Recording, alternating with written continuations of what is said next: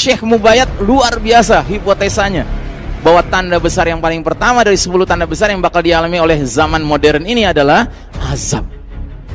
Kenapa demikian? Karena babak keempat, babak mulkan jabrian ini adalah peradaban yang mempertontonkan kesombongan, kemungkaran, kemaksiatan, kezaliman, kesyirikan, kekufuran yang luar biasa terhadap Allah penguasa jagat raya.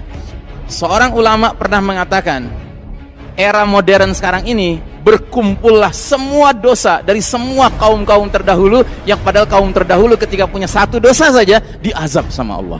Nah sekarang kita semua dosa ngumpul Pak di era modern ini. Pantas nggak Allah azab? Pantas nggak?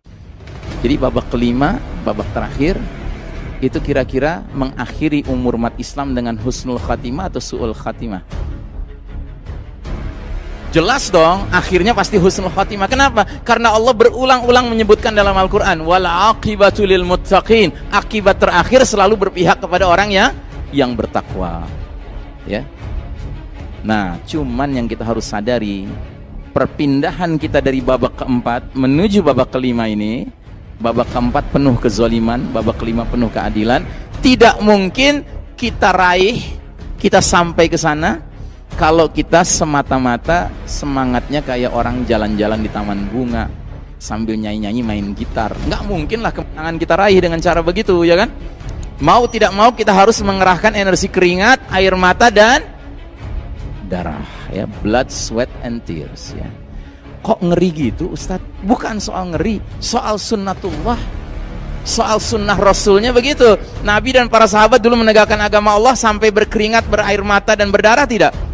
Iya, ya kan? Terus apa hebatnya kita? Nggak perlu kita menegakkan agama dengan cara sampai berkeringat, berdarah dan berair mata. Apa hebatnya kita? Cukuplah kita mah permainan 5 tahun sekali, ngabisin duit sekian triliun, ya kan, kirim-kirim ke sana kemari, SMS, WhatsApp gitu, bisa merubah keadaan, tegak Islam. Oh come on, mimpi itu namanya. Ya kan? Sadarilah ini permainan. Yang dibuat siapa? Yang dibuat oleh pemilik Perserikatan Bedeng-Bedeng. Yang cepat atau lambat, lama-lama kita harus sadar, taubat kita tinggalkan itu, kita persiapkan diri kita dan keluarga kita menyambut babak kelima, ya. Sebab peralihan kita dari babak keempat ke babak kelima, mau tidak mau harus melewati masa transisi penuh ujian, dan 10 tanda besar akan mengiringi perpindahan kita itu. Ini yang paling penting.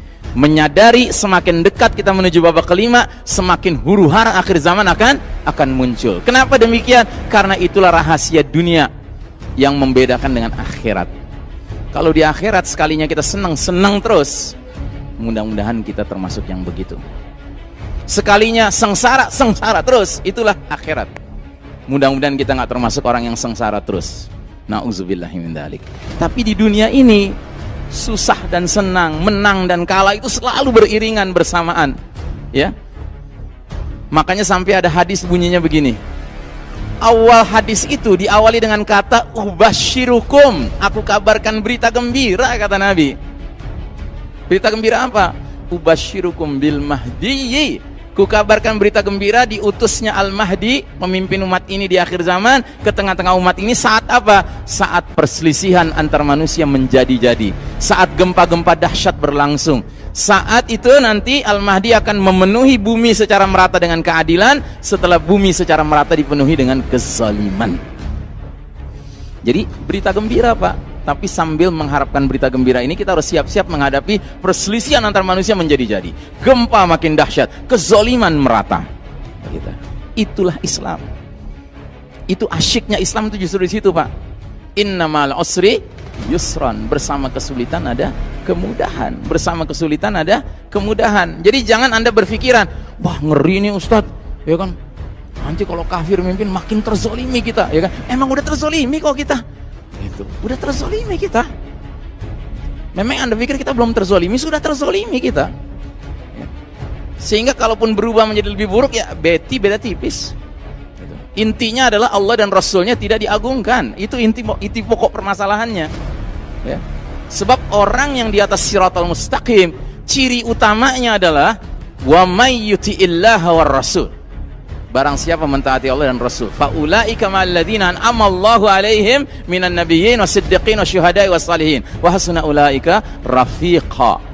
Surat An-Nisa ayat 69. Tolong dicatat, nanti di rumah diperiksa. An-Nisa 69. Ini penjelasan tentang siapa yang ada di atas siratal mustaqim.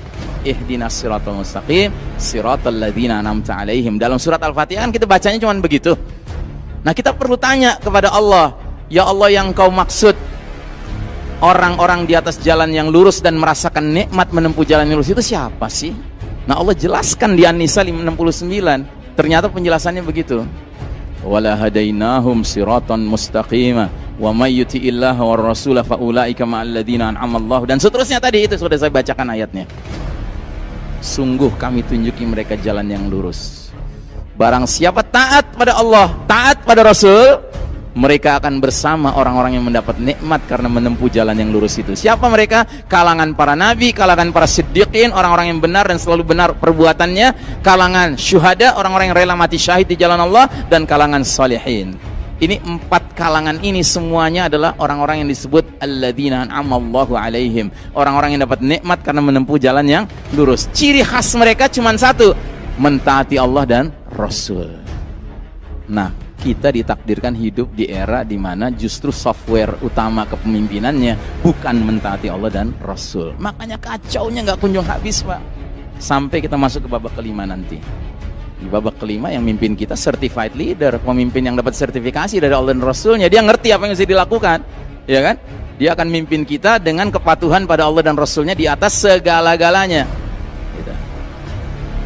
Baik, nah jadi saudaraku rahimakumullah, perpindahan kita akan melewati masa transisi penuh ujian dan 10 tanda besar akan mengiringi kehidupan kita. Sehingga mereka ketika membuat kitab-kitab tulisan tentang 10 tanda besar, umumnya mengatakan tanda besar yang paling pertama adalah keluarnya Dajjal. Kenapa?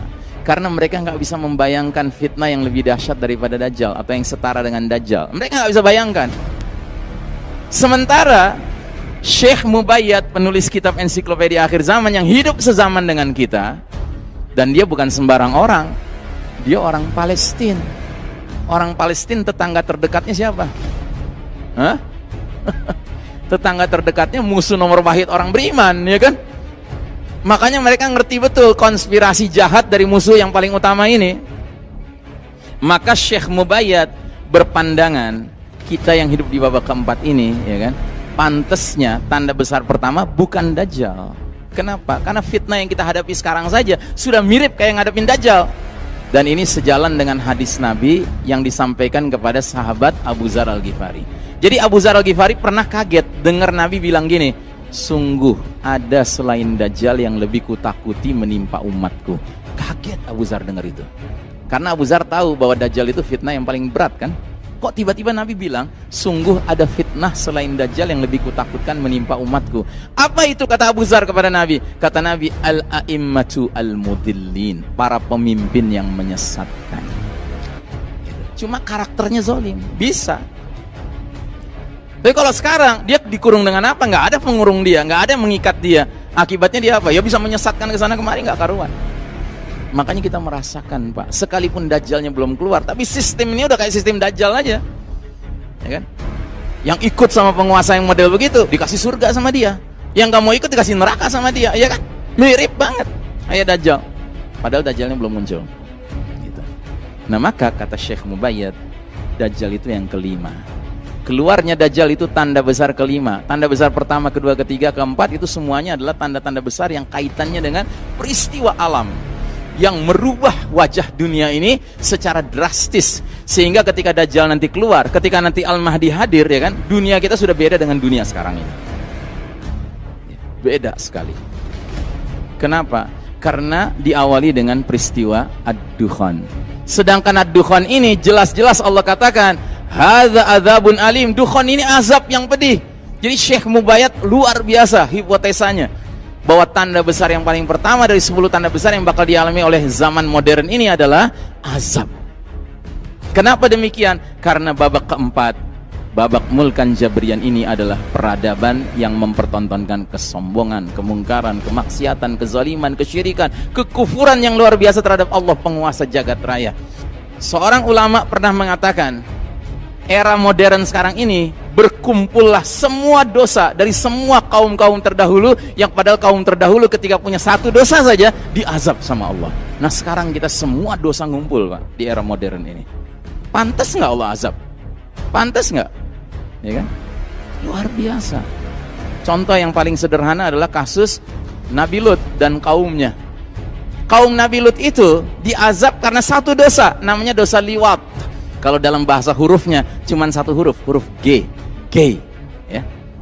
Sedangkan di era modern sekarang bukan satu huruf, Pak, 4 huruf, LGBT. Bayangkan, ya. Cukup kaum Nabi Lut diazab, jungkir balikan negeri Sodom yang terdiri dari 7 kota, ya kan? Semuanya terlibat dalam homoseksual. Nggak ada lesbi, nggak ada bisex, B-nya nggak ada, T-nya nggak ada, transgender nggak ada. Yang ada cuman G. Sekarang kita ada LGBT, Pak. Dan teknologi kedokteran modernnya mendukung itu untuk operasi dan lain sebagainya. Ngeri, Pak. Makanya jika Allah menilai peradaban ini sudah melampaui batas tagha, Allah pasti mendatangkan balasan yang menimpakan berupa azab yang menimpa, ya, secara pedih kepada skala dunia ini. Nah, jadi saudaraku rahimakumullah, ini yang harus kita waspadai. Kita siapkan diri dan keluarga kita menghadapi, ya, ad-dukhan.